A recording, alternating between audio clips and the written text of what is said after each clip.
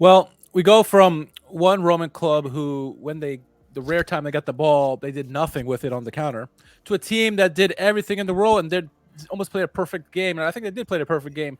We're talking about Napoli hosting Lazio, uh, entertaining game. The current champions against Mauricio Sarri's men. The host started with Meret in goal, Di Lorenzo, Rahmani, Juan Jesus, and Mateus Oliveira in the defense. Of course, Anguissa, Labota, Zielinski in the middle with Havrashelia, Osimhen, Napolitano up top. Lazio would start with Provedel, the best goalkeeper last season, with Mauricis, Casale, Romagnoli. A center back pairing we're very high on, as well as Husai. Midfield, Kamada, new player for Lazio from Frankfurt, with Cataldi, Luis Alberto, and then Felipe Anderson and Zaccagni flanking Immobile. Interesting game. It's a game very similar to the game we just talked about, where one team had all possession, the other team had none. As you expect, Napoli with a lot of possession in the game. It started off early. It just hogging possession, really. Not really doing much with the ball, though. Yes, they had a lot of possession and everything, but what we saw is Lazio waiting their opportunities, being very disciplined, very compact in the back. Maurizio Sarri looking like Jose Mourinho team from back in the early 2010s, being very disciplined. And what we saw is they got an opportunity. They took advantage of Felipe Anderson off the turnover, comes down the pitch, crosses into the middle, and Luis Alberto with a beautiful flick, goal of the week Canada there, back heel, past the keeper. Nothing really Meret could have done about that. It was a fantastic play by Luis Alberto. Full credit to him. And first opportunity for Lazio, they score. But as the champions, you would expect, they came back really quickly just 2 minutes later. Zielinski, and really Napoli's first opportunity of the game themselves in terms of putting a threat on Provedel. Zielinski takes a shot out of urgency. Obviously, they're down 1-0, gets a nice deflection, goes into the back of the net, 1-1. And look, you're thinking, okay, here we go, get some goals. Napoli finally woke up. They go to halftime by that score. Coming out of the gate in the second half, again, more possession by Napoli, but another turnover. Felipe Anderson getting involved again, plays a pass. Nice dummy by Luis Alberto, completely fixed out of defense by Napoli, finds Daichi Kamada, who puts a wonderful shot past the keeper. 2-1, and that's basically like 2 shots, 2 goals for Lazio. I will say there's 2 other goals that were scored by Lazio just after this, both taken back, both offsides, good calls, but it shows you what Lazio is capable of.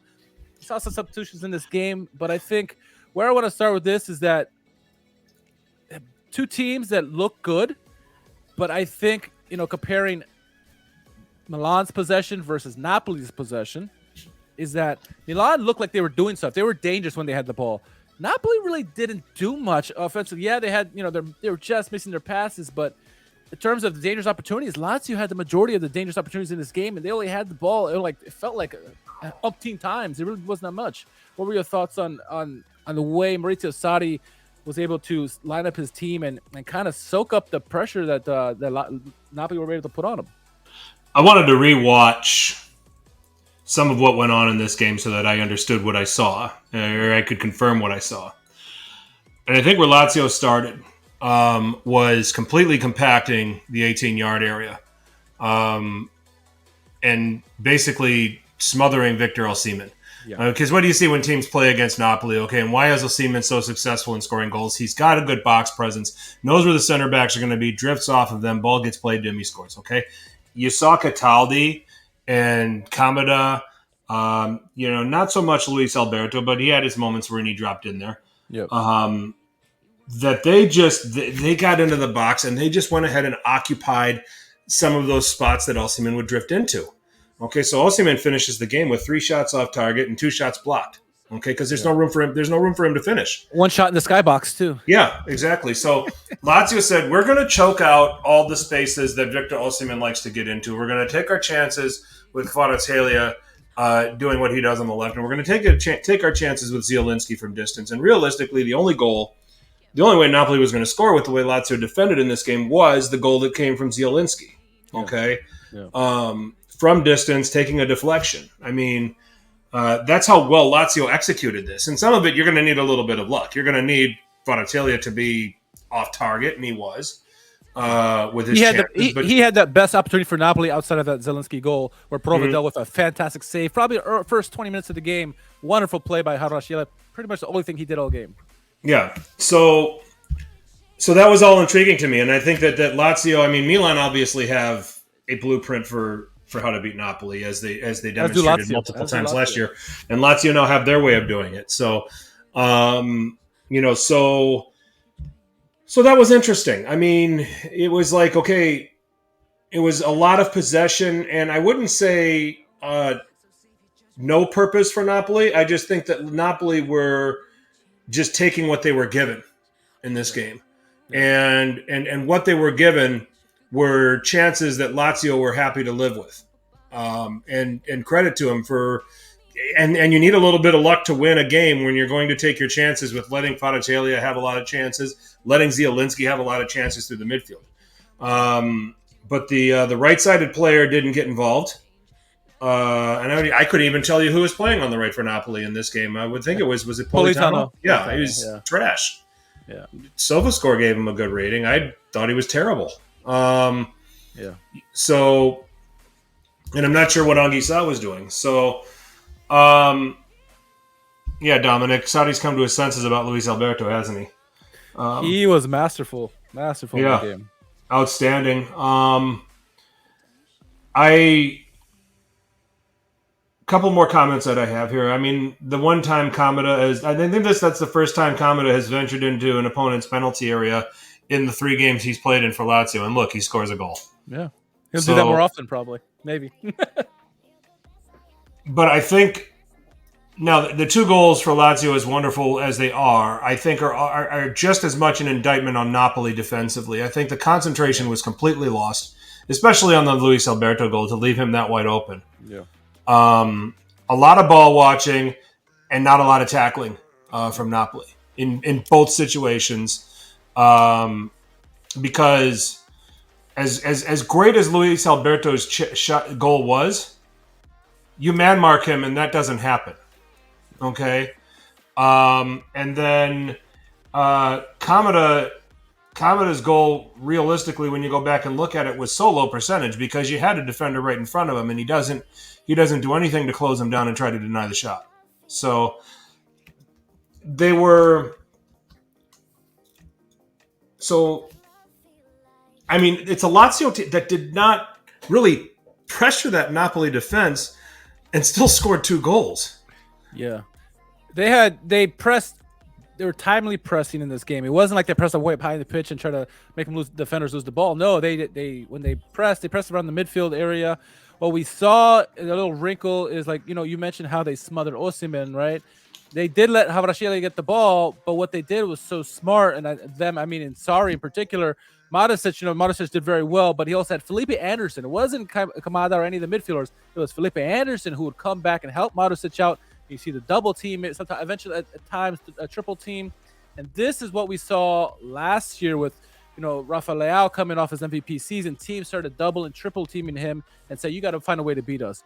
Teams will be doing that this year against Kvaratskhelia, where say like he's not going to beat us, or if he is, he's got to find a different way to beat us and prove that he's world class. And so what we saw is Felipe Anderson doing a marvelous job back checking, or as we say in hockey, to help Marusic out, and they did fantastic. It was frustrating him early on before Felipe Anderson got involved. That's where Kvaratskhelia got his shot, and Provedel had to make a big save. After that, Sarri and Lazio adjusted and kind of limited that chance and forced, hey, Zelinski's got to beat us. They left Lobotka wide open, let him shoot, and he was struggling to get shots on target. Politano wasn't doing anything. I think what we saw also is that they took advantage of their counterattacks. They were purposeful with their counterattacks. It wasn't just like, oh, we got the ball, let's just run. No, they had intent with what they were doing, and Napoli were not ready for that. And to your point, they see look a little lost at their ball watches because Lazio were coming at them. They're probably still worried about Ciro Immobile. They're forgetting about all these other pieces coming running at them and losing track of runners and this and that. And I thought Lazio deserve all the credit in the world because that was a masterful performance by Sarri and his men, and a deserved win. Yep, I definitely agree. Was Kvaratskhelia dangerous in this game, or were Lazio just happy to let him have what they gave him over the course of the time he was out there? we've seen Kvaratskhelia where you're just in awe of him. Yeah. But I think, I would venture to say that I tip it towards the latter. Lazio said, okay, you're going to have chances, but we got to make sure you have chances that aren't going to break us. And I think that that's the way it went. And I think that's what it was. I think he was early on. He was dangerous, and that's when they made that adjustment, bringing Felipe Anderson down. And it Lazio said, you can have the ball, but where we want you to have the ball. You're not going to get the freedom that you normally have, as you did last year, to do whatever the hell you want. We're gonna make you give these the spaces. You take that, and we'll let you have it all day, right? And same thing with like Zelensky. Let Zelensky play in areas that they're comfortable with, and force other people to beat you, like a Politano or Lobotka or Anguissa. And so again, I think the defensive shape that Mauricio Sarri's men came out there, really, it was almost like a park the bus mentality, especially when they were up, when they towards the end of the game. But what they did, they soaked up the pressure, they bent but didn't break. What, like you said, when they got to the 18-yard box, that's when they clamped down and gave nothing to Osimhen and company, and really forced guys who don't normally are the ones to score to try to do something, and nothing happened as a result of it. Now all teams can run with this blueprint, right? Milan have a blueprint against Napoli now, as do Lazio, because Lazio beat them end of last year as well. So not many teams can do what Lazio did. Lazio just were perfect, and they had the perfect players to do this. But you got a blueprint of how to stop Kvaratskhelia. You got a blueprint of how to stop Osimhen. Can other teams start doing this? We will see. This is a tactful league with a lot of really smart managers. I imagine some of this will happen, but it's going to be hard to stop Napoli all season long.